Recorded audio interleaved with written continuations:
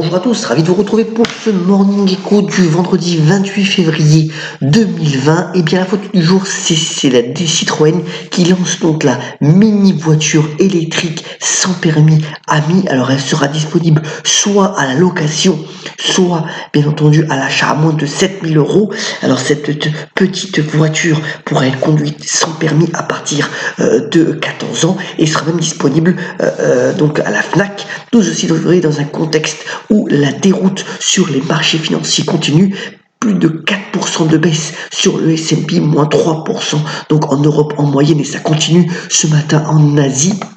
Vous voyez qu'on est dans un contexte où finalement il y a un ajustement très fort par rapport au risque de pandémie et bien de contagion forte du coronavirus en France. Donc les autorités sanitaires, tout en se montrant plutôt confiantes, ont dit que le nombre de cas est passé de 18 à 38 en une journée. C'était attendu. Les hôpitaux continuent d'être préparés, bien entendu. De nombreuses entreprises continuent d'arrêter les voyages de leurs collaborateurs, mais vous voyez que cette correction sur les marchés a été très vite, puisque comme le démontre le graphique de gauche, ça a été la plus forte en 6 jours. Finalement le marché a perdu 10%, ce qui ne s'était pas vu historiquement. Donc avec toute l'informatisation finalement des données et des processus pour vendre, ça va de plus en plus vite et on se demande véritablement où ça peut s'arrêter. Alors de nombreux observateurs attendent une réaction des banques centrales.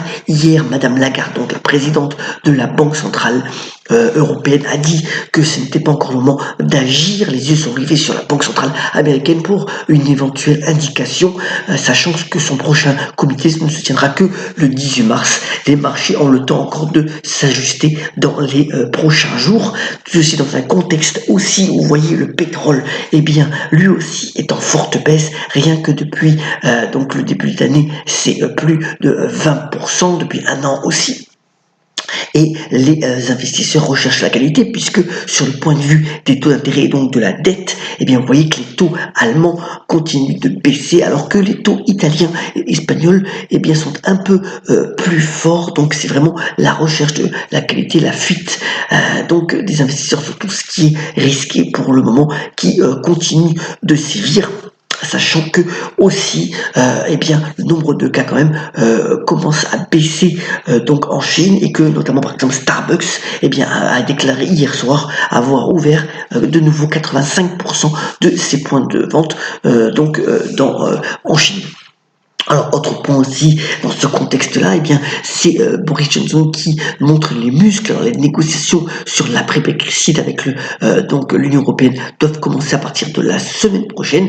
Le Premier ministre anglais a dit qu'il était prêt à claquer la porte si jamais il n'était pas entendu. Vous voyez, pour le moment, pas trop de conséquences sur la devise anglaise à ce niveau, les marchés étant bien entendu beaucoup plus concentrés sur le coronavirus. Alors aussi dans ce contexte-là,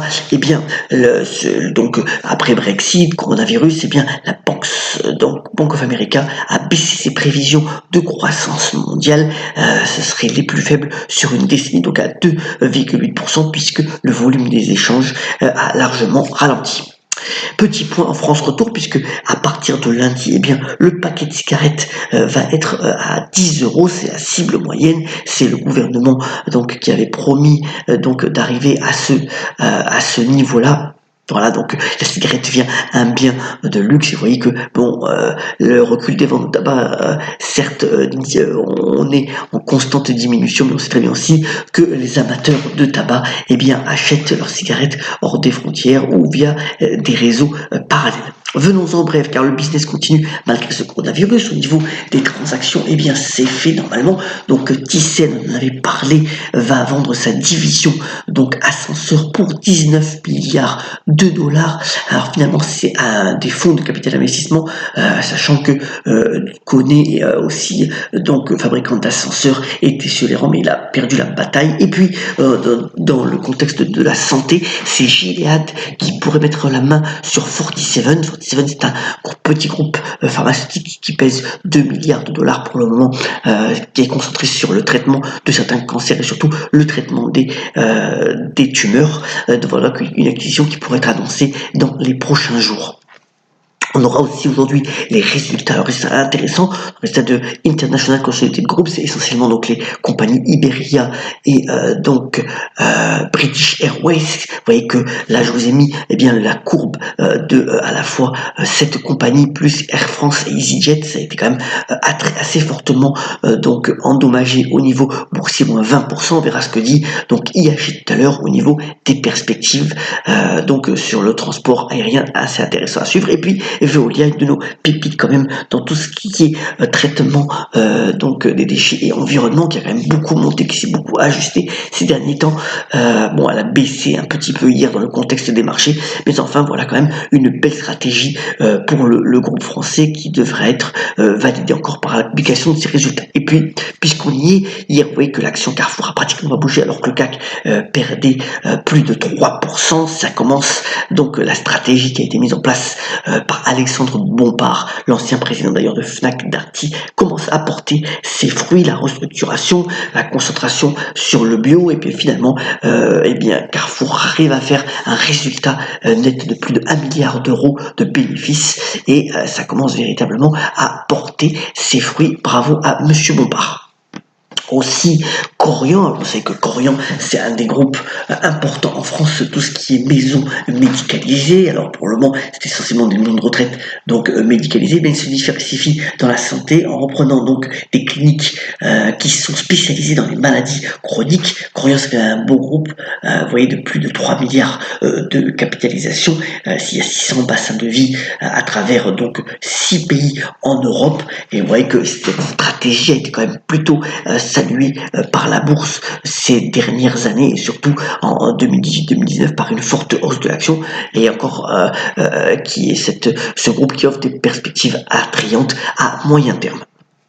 Alors ce sera certainement la mise en bourse attendue sur le marché américain, encore une fois dans la livraison de repas. Cette fois-ci c'est DoorDash qui est une des pépites donc de ce segment d'activité aux États-Unis. Il a donc déposé son prospectus pour pouvoir entrer en bourse. Ça devrait se faire en avril-mai si le contexte bien entendu des marchés le permet.